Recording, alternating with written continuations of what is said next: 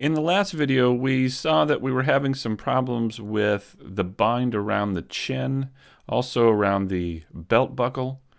Let's take a look at seeing if we can fix those. I'm going to come up here to the head control and let me just hit R twice, and as we move it around, it doesn't look too bad here. You can kind of see some stretching, but if we choose the neck, you can see we've got quite a bit of stretching there, and that's not going to work. So let's see if we can work on that. The first thing I'll do is go ahead and select the character, and I'm going to come over here to the object mode menu and choose weight paint, and that should allow us to see the weights on the character. You can see this one down here is currently selected. We've got thigh 1 on the right. If I scroll up, let's see if we can find, here's the head, right here. So this is what the influence of the head looks like. Let me see if I can make this menu a little bit bigger. Scroll that up. I'm just going to grab this and drag it down, just so we have a better list of our vertex groups. So for each vertex group here, we have a certain amount of weight or influence on the vertices of the character. The red color means that it's really influenced or almost all influenced by that bone. And then as you move to green and blue, it gets less and less. So if we tab into edit mode here, I'm going to hit the tab key, go into edit mode, and I'm going to deselect everything here. And with this, move this up, with this head vertex group selected, I can click select to see what vertices are a part of that group. So I'll hit select, and there they are. So we can see that there's quite a few vertices being influenced by the head bone that are actually down here into the back and onto this piece of armor. And I don't know that we want that. In addition, if we take a look at the neck, let me scroll all the way down here. I think the neck is right here. I'll hit the A key to deselect, select the neck vertex group and choose select, and you can see that the neck is influenced way down here into the back and more onto the armor and way up here into the head, and that's why it's influencing that chin. It's because we have so much influence up into the head. So what let's do is I'm going to go to the side view and the orthographic view here, and I'll go ahead and hit the Z key for wireframe. And what we need to do is remove the influence of all these extras and just select what we want for the head and the neck. So let me begin with the head first. I'll go up here to the head, and I'll hit the A key to deselect. I'll hit select over here to see that vertex group. I'll come down here and click remove to remove all those vertices out of that vertex group. Now I'm going to select just what I want to be in there. So I'll hit the C key to enable the circle select tool. And I'm just going to click and drag all of these vertices in here. So we only have the head vertices selected. And now with the head vertex group still selected, I'll click assign. Okay, so now if we tab back out of edit mode and look at the weight paint, you can see that that influence is completely and totally 100% on the head. That's what we want. So let's do that again for the neck.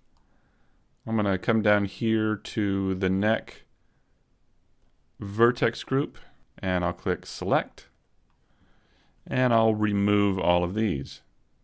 Remove. Now I'm just going to select the vertices that we want. So I'll press Alt and click one of these edges, and then I'm going to press Control and the plus key and expand this selection so it's just the neck. There we go. I'm going to tab back into here and I'll choose face mode. And I just want to deselect these faces. I don't want it to influence the armor at all here. Alright, there we go. If I go back to vertex mode, you can see the vertices that are affected, and then I'll click assign. All right, and now if we go back to weight paint mode, you can see it's influencing only on the neck. There's a little bit of overlap over here on the armor. Let's see if that's going to be a problem. So I'll go back to object mode. I'll select this control and let's test it out. Not bad. It's pulling a bit on that armor. I'd like it to not do that. So let me go back to weight paint mode. And let's go ahead and remove the vertices along there. Hit the A key to deselect those, and I'm just going to select these points right along here. And let's see how this works. Something like that. And then I'll hit remove. All right, now let's go back to object mode. Select that control, and let's move it around a bit. Yeah, so now we get not much movement out of that armor. Looks like there's still a little bit going on, but not too bad. Yeah, I think we're okay there. And let's test the head. The head as well seems to move okay, and the jaw seems to be okay. But take a look at the eyes. Wow. Let's work on the eyes now. So I'm going to go ahead and go back to object mode and select that eye right here. Select one of those eyes. And I want to come up to the head bone, and I want to make sure that it's 100% being influenced by the head bone. So I'll tab into edit mode, hit the A key, select the head vertex group, and click assign. Now I want to come back down to the neck vertex group and hit remove to make sure it isn't influenced by that. So let's see now what happens when we go to pose mode and move the neck around. Alright, that one eye is pretty well locked in place, but now we need to do that for the right eye. So select that eye, tab into edit mode, select all the vertices, remove it from the neck, and assign it to the head. Now as we've been doing this, notice that the weight here has been at 1, has been at 100%. Now we can adjust the weight to whatever value we want, but for right now I think 100% is what we need for these particular pieces. Alright, so if I select that neck, hit the R key, looking pretty good. How about the head? Yeah, okay. I think we got it. So the weight, once again, on these items looks like there's the neck and there's the head. So let's take a look at these other parts of the body, like this belt buckle and the torso. So what let's do is let's see what is influencing this particular buckle. So to do that, I'll go back and select the character, hit the tab key, and I'm going to go ahead and go into wireframe and front view and orthographic view here. Now what we want to do is try and find the vertex groups that are affecting this particular belt buckle. So I'm going to scroll all the way down here, and let's first look at the hips right here, and I'll click select. And here is what's being influenced by the hips. Now if we tumble around, we see that that particular buckle really isn't being affected by that at all. But I'm thinking it needs to be. I'm thinking this really should be held in place by the hips. So what let's do is let's go ahead and select this object. I'm going to hover over it, press the L key, and hover over here and press the L key as well, and select all of that, and I'm going to go ahead and assign these vertices to the hips vertex group. So I'll just click assign. There we go. So now we know it's assigned to where we need it to be. But is it still being influenced by other vertex groups that we don't want it to be influenced by? So let's take a look at the spine here. I'll hit the select button, and That's being influenced. That's not being influenced by that. Okay. So that's, and in fact, the spine bone, that's a little too much. We're going to need to take out some of this and maybe even take out some of that up here. So, okay, we've taken a look at the hips and the spine.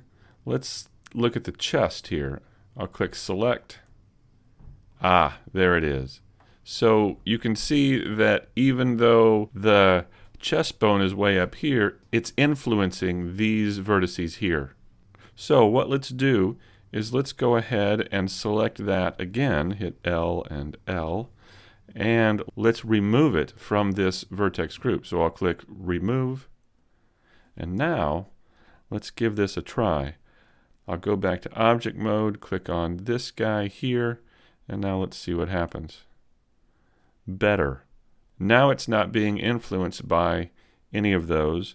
It should be, however, influenced by this. That's right. So that's correct. However, we've got more influence happening on the belt. So just quickly, let's go ahead and take care of that. Let's test the chest vertex group here. I'll select that. Okay, that looks pretty good. Let's select the spine, hit the A key to deselect, and select that. That, I think, is our problem. We need to deselect all of these down here. I don't think we want all of this area being affected by the spine.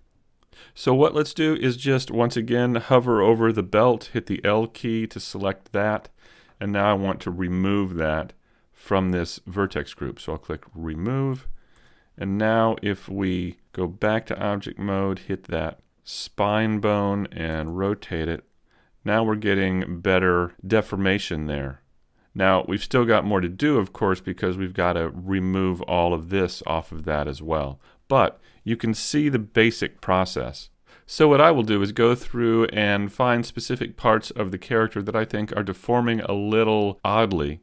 And I'll go through the process of removing the problem areas from vertex groups that should not be influencing it, and making sure that it's being fully influenced by the bones that do need to influence it. There's one more thing I'd like to do before we're done with the rigging process, and that's to turn off the stretchy. Right now, if I choose one of the IK handles and move it, we can stretch the arms and the legs, and that's really cool and everything, but I don't think it's going to work with the way I want to animate it. I don't want to be accidentally stretching the arms and legs as I animate the character. So I'm going to press the N key, and with that IK handle selected, I'm just going to scroll all the way down here, and this auto stretch IK, I can take this all the way down to 0, and now if I hit G and move around, you can see the arm won't stretch beyond where it's supposed to. The IK handle will move out, but the arm won't stretch.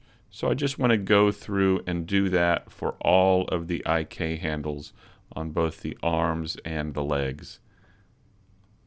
And that should take care of that. There we go. All right. Well, I think we're about ready to begin animating. I'm going to go through and do a little more tweaks and make sure that all the weights are the way we need them. But after that, I think we're pretty much ready to begin animating. And I think we're just going to do the basic animation cycles for a video game character. The idle, the run, the jump.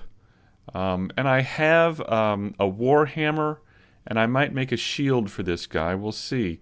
I'd like to have him look like the original drawing that we began with. So maybe I'll bring those in too, and we'll parent those to his hands.